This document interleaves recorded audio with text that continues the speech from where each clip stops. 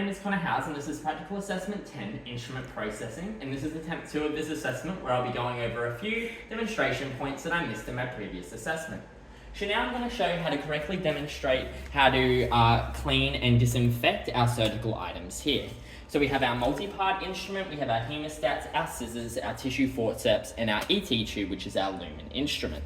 I have my bucket here of distilled water, and they have been sitting now in the instrument solution, the enzymatic instrument solution, for the past 20 minutes, and now we can give them a good scrub. We want to make sure that they are met to the manufacturer's recommendations with the correct dilution rate as well. I have washed my hands thoroughly with warm soapy water, and I've applied minimal PPE as we are touching disinfectants which may cause corrosion and irritations and skin irritations to the hand. So let's begin. I've got a soft bristle brush here, and we want to make sure that they are completely open. We want to be getting in, and we want to make sure that we are scrubbing all of the tips, the ratchets, the bolts, the top. We want to be doing the handles. Do you mind just getting in and just like, yeah, just scrubbing? Great. All of the tips. We want to make sure that it is a thorough scrub, and we want to make sure that we are scrubbing them underneath the water to make sure that none of those airborne pathogens or contaminants become airborne. Great. So you want to be very thorough with that, making sure that you've got every part and every surface of the instrument. Now, I like to just rinse that residual disinfectant off. As per clinic policy, place it in the distilled water. Give it a good rinse, making sure all the disinfectant has been removed, and place it on a fresh, clean towel to allow to dry. Now, with the tissue forceps, we are doing the exact same thing.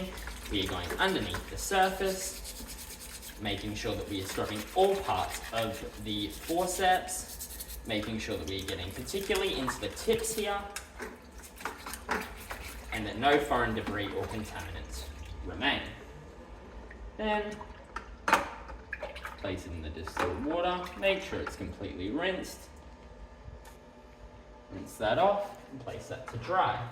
Now with the multi-part instrument here, we've got the bone chuck. So for that, we want to make sure that we are getting the individual screw top handle and making sure that we are scrubbing every part of that. And then rinsing in the disinfectant. Want to make sure that all of the chemicals have been removed. Now we have the scissors here. Want to make sure that we are getting the tips and all of the serrations, particularly the handles and the bolts, everywhere where foreign debris, exudate, or contaminants may build up, especially if it's been dried on blood from a previous surgery. We have the scissors there. Give that a great rinse.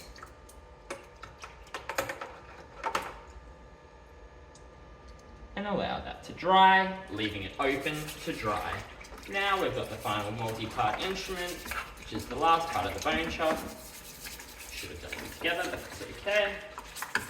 Again, making sure every part of the instrument and surface has been scrubbed thoroughly. I understand I should be wearing a mask at this point. However, as per our clinic policy, they just recommend using minimal PPE to clean our surgical instruments. Now that has been completely scrubbed and cleaned, there is no residual blood or foreign objects on that. Give that a great rinse, and we'll allow that to dry. Now we have the ET tube here, or our lumen instruments. We don't like to use Chlorhex as it does cause tracheal irritation when they are cleaned with Chlorhex. So it is recommended that we use Melton here. So I have inflated it, pre-inflated, and I have let it to sit for the last 20 to 30 minutes in the water. And I have my scrubbing brush. You will need one of these pipe cleaners to get inside. Want to make sure that it does fit inside the correct E-tube, and you want to be going back and forth to be cleaning inside both internally and externally of the ET tube. Right now we are cleaning internally, which is very important as it has been in the patient's mouth for the procedure. And now, so I'm happy with that. We'll remove that one. And I do like to just flush it out with a bit of running water just to get rid of all of that foreign debris and contaminants off. Then we'll get our soft bristle brush and we'll just gently clean the balloon. We don't want to squeeze the balloon in any way, as this may cause it to pop, cause any air holes or tears. And we want to make sure that we are getting all parts of the ET tube, so the entire instrument, the tube itself, we've cleaned inside, and the inflation balloon on the side. Now, we don't have a rack or any height to hang them up. However, these will be placed at a height to allow them to drain and drip dry. So, all of those instruments have been correctly cleaned and dried there, and now we will set them aside for instrument processing and packing to get them ready for the autoclave. I'll be completing attempt 2 of this assessment, where I'll be correctly demonstrating how to lubricate and test ratchet instruments. So I have washed my hands for at least 20 seconds under warm soapy water, and I've applied minimal PPE wearing disposable gloves. This helps to create a microbial barrier between myself and the surgical instrument and helps to prevent exposure and contamination of contaminants that may be found on the instruments. So I have a pair of krill hemostats here, and I have my lubricating gel. We don't have spray-on lubricant in our clinic, unfortunately, so we only have the drop bottle lubricant here. So to begin, you want to ensure that you're washing your instruments under running water, making sure you are opening and closing them at the same time to remove any residual disinfectant that remains within the hinge or the ratchet itself. You must wait to allow them to cool completely before lubricating and testing, as this may cause cracks or wear and tear or damage or corrosion to the surgical instrument itself. So it must be cooled completely before lubricating. So to begin, I like to open it up fully, removing the top of the lubricating gel, and just with a very small amount, just in the middle of the ratchet itself, you just put a small drop. I'll put the lid back on there, and I close that one. I clamp the ratchet together, and then I clamp the other one together as well, just to ensure that the lubrication has gone across both sides. And now you want to be testing that ratchet on the palm of your hand to ensure that it doesn't bounce open or fly open when you are testing it.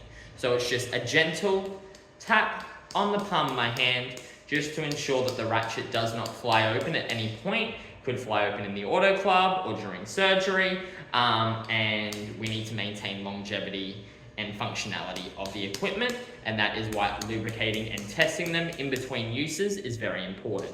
So as you can see, I've done a gentle tap test there. It is not popping open. I'm very happy with that.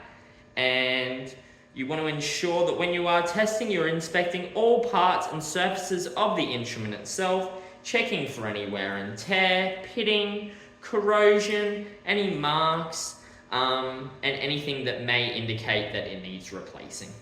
But that one is all done now. That krill hemostat has all been tested. And the final thing, to correctly account for instruments in the clinic, it is very important that either kit guides or photos are readily available within surgery or somewhere easily accessible within the clinic. We have ours here as a kit guide which itemizes everything that must be within that surgical kit, including the surgical instruments and suture needles required. We don't have any photos available, however, this would be a great visual representation to have. However, our clinic only has the kit guides, which we must double check prior to packing any surgical kit, and it is usually checked over by the senior nurse or manager on shift to ensure that nothing is missed as well. Our clinic also uses color-coded tape just to indicate what instruments are with what particular kit. I understand that this is not gold standard and this would not be best practice in our clinic, and it is not ideal. However,